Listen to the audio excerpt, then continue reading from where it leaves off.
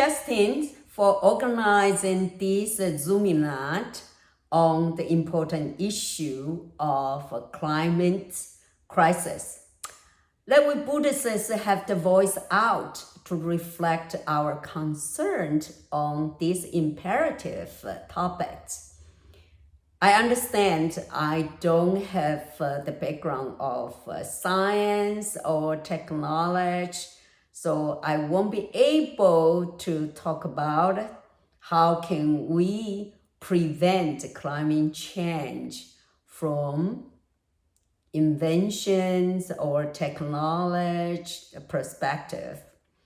But as a religious person, I would like to share my concern from a spiritual points. As Buddhist teaching, everything is subject to change. Everything is impermanence.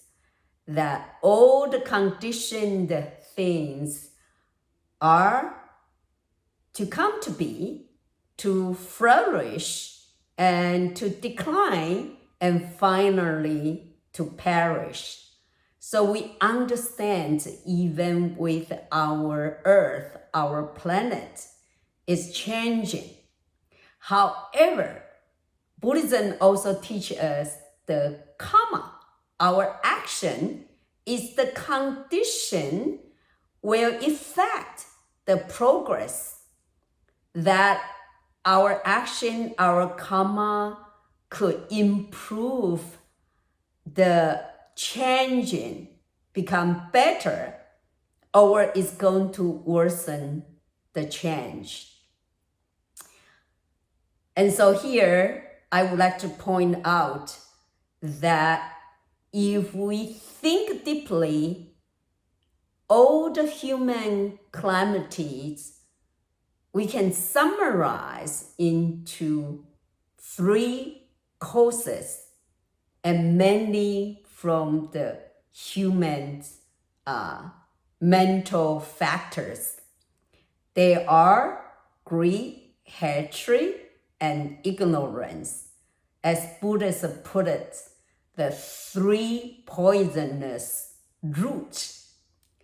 When we talk about greed, we all know that over tree cuttings creates the deforestation that will affect climate change. And also consumerism based on everyone's greed to encourage people to spend more money on the merchandise and also to accumulate a lot of stuff more than what they really need. The problem is what we want is usually greater than what we need. As Buddhist slogan, mentions that even though we have a land and farm 1,000 acres, but every night when you lie down on the bed, you probably just need 6, 7, 8 feet space. Even though we have 100 dishes, the food on the table, but fortunately, as a human being, we only have 1 stomach. No matter how many houses you have or how many cars you have, you only have 1 physical body to sit on or live there. But we can tell that our desire is always greater than our 1 physical body needs. And talk about hatred. War and battles destroy the farm or landscape is faster and worse than the tree cutting. The recent example is the Russians' invasion on Ukraine. It's not only destroy Ukraine's country's environment, but also dramatically worsen the global food crisis.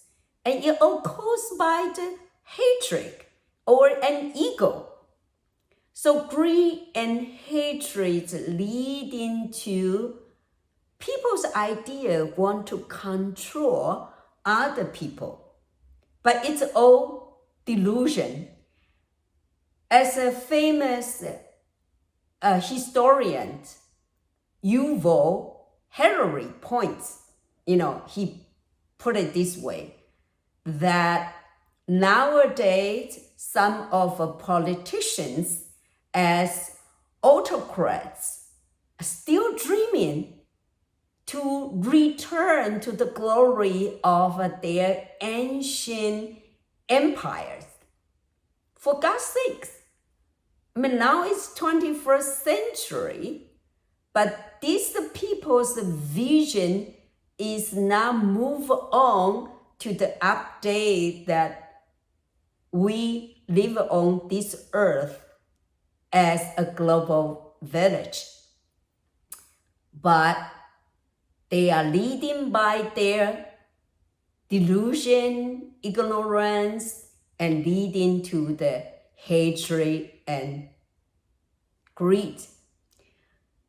So if we go to the bottom as as a human beings, we need to inspect our psychological and mental or spiritual causes to find out what caused this disaster. And they are the love, hate, greed, hatred, and caused by the delusions. Secondly, how can we find the balance between the quality of life and not to over-deprive our nature resources? I hope that the lifestyle of monasticism can provide precious lessons. Of course, we all understand monastic life is not going to fix the majority of people. However, I will encourage people time to time to take a retreat in the religious monastery to experience the lifestyle of simplicity, of detachment, of decluttering. In ancient times, in China, many of the major monasteries, they can accommodate over 10,000 residents, that everybody lived in the temple will not go hungry or feel lack of something physically. Of course, that they are looking for more spiritual achievements.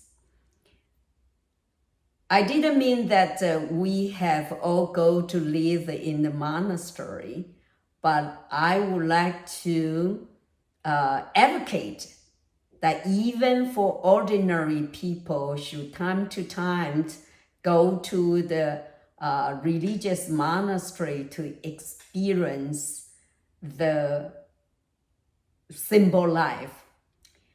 So every summer, that Woodenfish Foundation we hold the humanistic Buddhist monastic life program to invite hundreds of young people to live in the temple for a month to experience that I think it's very simple and very efficient lifestyle. I was told that Muslims, Ramadan, the fasting rituals, it's also become a movement in the campus. So we can learn how to transform our kind of a material over-consuming and to more like a spiritual pursuit.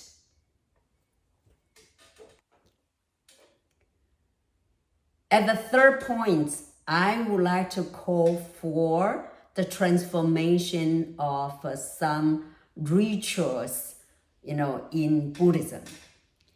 Instead of, holding these rituals, that we should put the resources to support more scientific project.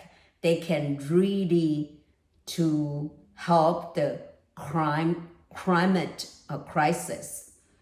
As we all know that in Chinese Buddhism, there's a ritual of releasing animals, that we will release the fish, turtle into the lake, into the ocean, or release the birds into the sky, or wild animal back to the forest.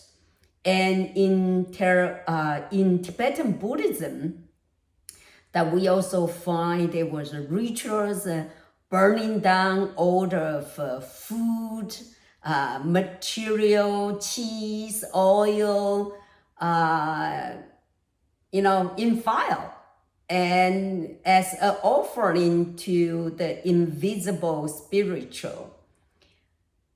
But sometimes, these Buddhists are really out from their kind and compassionate mind. However, due to lack of the knowledge, background of geographic, the water or the land, so sometimes they release the fish. Maybe this fish should be in the lake, but they put them in the ocean, or they release the wild animal like foxes and into farmer's house, kill their chickens, and at the end that the farmer killed the foxes as well. So I think that if we really want to kind of have more efficient way to prevent climate change, that we have to re-examine some of the rituals in Buddhism that, it's really going to help with the environment, or it's going to end up that to cause the damage on our, geographic environment. Then I always joking that at that point the animal need to be released, and not the fish or turtle, but the humankind. So here I would like to, point out that Buddhism talk about, greed, hatred, delusion, are really we humans from the bottom of our mind to create the damage, to our earth crisis.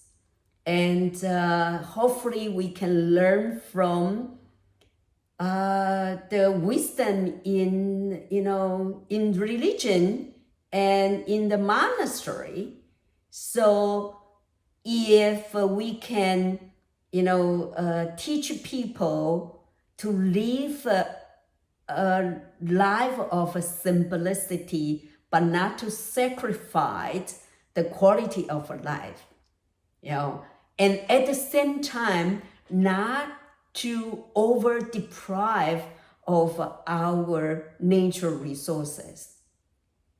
And the third one, more concrete, I think that, I would like to call for most of the Buddhist temple that we should support the more scientific project and put the money and energy, into this project to really effectively to change the climate, crisis.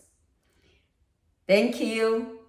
And I hope that we have the chance we can discuss more.